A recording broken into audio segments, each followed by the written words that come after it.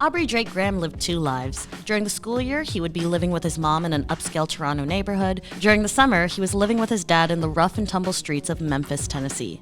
Well, three lives if you count his time at Degrassi High. It was the kind of diversity that gave the shy Canadian kid a unique perspective on life.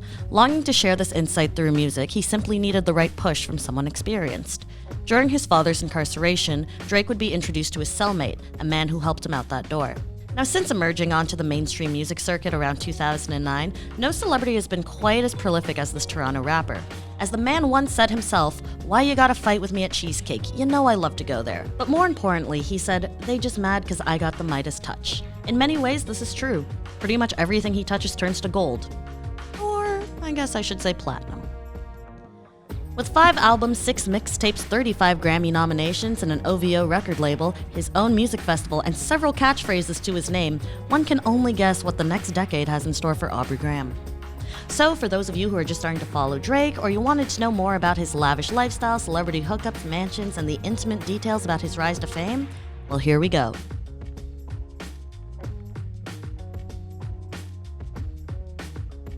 Aubrey Drake Graham was born at St. Michael's Hospital on October 24, 1986.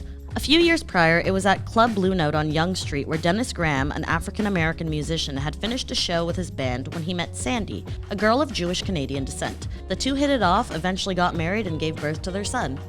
Be funny if they weren't talking about Drake. From a young age, Aubrey had a tough time fitting in at school due to his mixed ethnicity. As the only student of Black and Jewish heritage at his school, he would often be taunted with racial slurs from other kids. Despite the adversity he faced outside of the home, Drake was shown unconditional love from his parents. When Aubrey was just little, his father would bring him up on stage to play the tambourine. He would also sit in on recording sessions between Dennis and Teenie Hodges, a guitarist from Tennessee, as well as Drake's late uncle. Drake also reportedly gave his old man $5 and bet Dennis that he would make more movies and music than he ever did. According to a source, Drake also may have taken tap lessons as a child, although this has never been confirmed. Things between Dennis and Sandy were falling apart. Turbulence between the two resulted in their eventual divorce around 1991. Returning to Memphis, Dennis was sent to jail due to drug charges. Drake has stated that during his youth, his father was incarcerated on a few occasions. The divorce left 5-year-old Aubrey in the care of his now single mother, Sandy. An English teacher by trade, Sandy did the best she could to provide for her only son. During this time, they lived in a low-income neighborhood off Weston Road in Toronto's West End.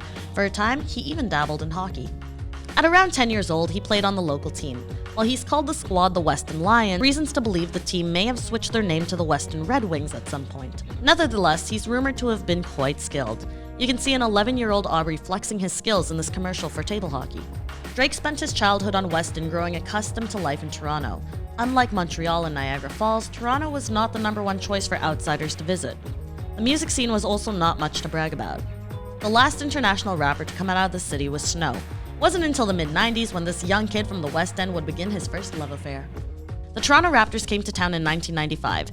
The city's first official NBA team, people from outside of the Greater Toronto area would flock to the Sky Dome to watch Toronto's newly arrived stars hit the court. Drake developed a love for the team as well as a lifelong passion for the sport of basketball, which you can still clearly see today. Drake would eventually move with his mother into the basement of a townhouse in Forest Hill, an upper-class Jewish community close to the city's downtown. While his surroundings were slightly better than the West End, Drake still had a difficult time fitting in while attending Forest Hill Collegiate. This was mostly due to his race. He states that as he got older, he would often go to social events such as house parties and get goofed on by other kids. Despite this kind of garbage from other people, friends of his knew that there was something special about him. Aubrey showed off a hilarious sense of humor that people certainly haven't forgotten. One friend recalls him coming over as a kid and placing tinfoil around his parents' wine bottle. He then took a magic marker and labeled the bottle Crystal. This type of charisma would mask his mounting stress from troubles on the home front. Drake's mom would develop rheumatoid arthritis, which forced her to go on disability. Aubrey's perspective on life was not limited to Toronto, Canada, however. Each summer, Drake would travel down to Memphis, Tennessee to live with his dad. It was here that his environment changed drastically. Often ranked among Canada's most dangerous cities, not to mention having a tense history of racism, Memphis was like a completely different world to the kid from Canada. Staying on Appleville Street near Shelby Drive in Neely, Drake gained exposure to the grittier side of urban life. At the same time, he would discover more about the true importance of his family's heritage. Aside from his father playing drums, the Grahams have a rich history in music. While it's well documented that Dennis played in a band alongside Jerry Lee Lewis, two of his uncles are also known Memphis musicians. Larry Graham was a bass player for the soul-funk band Sly and the Family Stone, and Teenie Hodges was a guitarist and songwriter for Al Green. If you think that's enough of a legacy, it doesn't stop there. His grandmother used to babysit Aretha Franklin. Drake would even visit the legendary Royal Studios on Willie Mitchell Boulevard, where music icons like Chuck Berry, Buddy Guy, and Keith Richards had recorded in the past. Over time, Drake began dabbling with writing his own music in a notebook. An admirer of popular rappers such as Jay-Z and Pusha T, his expression came out in the form of hip-hop. His uncle even took him to a P. Diddy concert in Toronto during his teens, although this was a hobby he kept to himself. On the acting front, Drake appeared in several short films, commercials, and ads. In 2001, Drake landed the role of wheelchair-bound Jimmy Brooks on the Canadian TV series Degrassi: The Next Generation. Drake would stay on the program for 6 years, even dropping out of school at 15 to focus on acting and provide for his mother. Attending Vaughan Road Academy at the time, his class schedule proved to be too hectic to maintain an acting career. It's all good though. When Vaughan Road Academy closed its doors in 2017, one of the board members did something special. Aubrey's character of Jimmy was no doubt the most popular of that area, but his true passions were elsewhere. He began growing tired of the acting life, realizing that his potential laid more in music. How did this come to be? Well, remember how we talked about Dennis Graham's legal troubles? He had quite a few of them. In fact, Drake even recalled watching his father get arrested after coming home from Memphis. Well, during one of his father's incarcerations, Aubrey had an unusual correspondence.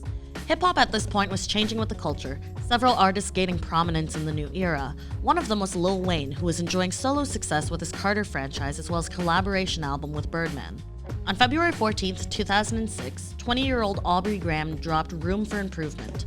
The 22-track mixtape was produced in part by Toronto beatmaker Boy Wonder. For his stage name, the MC decided he'd keep it authentic and go by his middle name Drake. Room for Improvement wasn't exactly a chart topper. By the end of the year, it had only sold over 6,000 copies.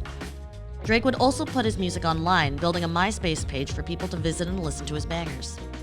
The failure of his first mixtape only seemed to fuel his hunger for success. By 2007, he had left Degrassi to focus on music full-time. However, he could still feel the effects of Wheelchair Jimmy long after leaving, and we're not just talking about the gunshot. Many of Toronto's rap figures were skeptical of Drizzy's talent. Paying out of his own pocket, Drake shot the music video for Replacement Girl, the lead single off his second mixtape appropriately titled Comeback Season. Featuring vocals by Trey Songz, Replacement Girl proved to be a winner not only in Toronto but south of the border. The track was named BET's Joint of the Month. While Comeback Season itself didn't make it onto any charts, Replacement Girl showed the industry what Drake was capable of. He was now looking like a viable contender for the Toronto hip-hop throne, but he still hadn't been signed to a label. With Replacement Girl still making the rounds, it eventually caught the ear of Houston-based Jazz Prince. Jazz, whose father is accomplished Rap-A-Lot Records CEO Jay Prince, wanted his son to find new artists he could possibly sign to the label. Combing the internet, he stumbled upon Drake's MySpace. Blown away by what he heard, Jazz reached out. The two would communicate online with Jazz Prince sending him beats to rap over. While Drizzy held up his end and delivered, Jazz's father wasn't a fan. With Jay Prince passing, it seemed like there wasn't much hope for Drake's career.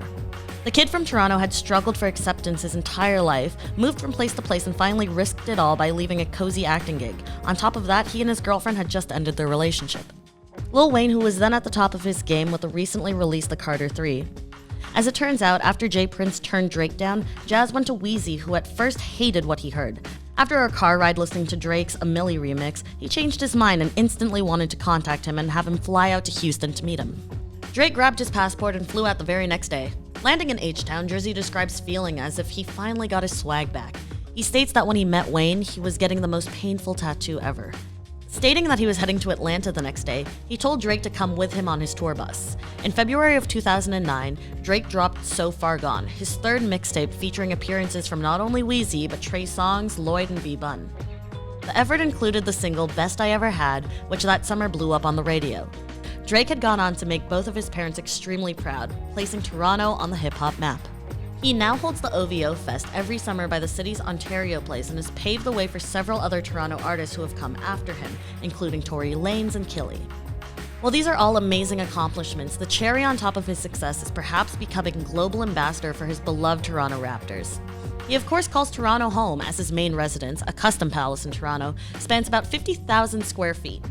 The rapper purchased the land back in 2016 for $6.7 million, getting the home custom designed and constructed from the ground up, which took years. These days, Drake's mansion is also known as the Embassy and is worth an estimated $100 million.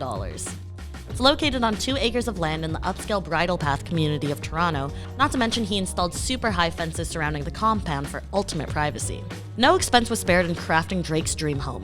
The abode is made of limestone, bronze, exotic woods, and other top-notch materials spanning a whopping 50,000 square feet of space. The entryway is decked out in black and white marble with soaring ceilings, and also on the main floor there's a 2-level hallway, a party area, and a great room with 44-foot high ceilings and fireplace.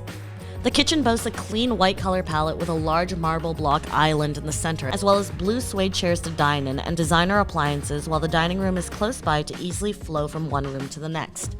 Drake's fave spot in the mansion is his 3,200 square foot master retreat that's located on its own wing of the home. There's a large 1-ton bed, and the bedding and tapestries are all designer as you'd expect, while there's an extra 1,100 square feet of covered terraces here too. His spa-style bathroom boasts a steam shower and hot tub, while the suite also encompasses 2 dressing rooms and a kitchenette. Other luxury rooms in Drake's palace include a cozy studio lounge, awards room, recording studio, and a Jersey Hall of basketball memorabilia on display.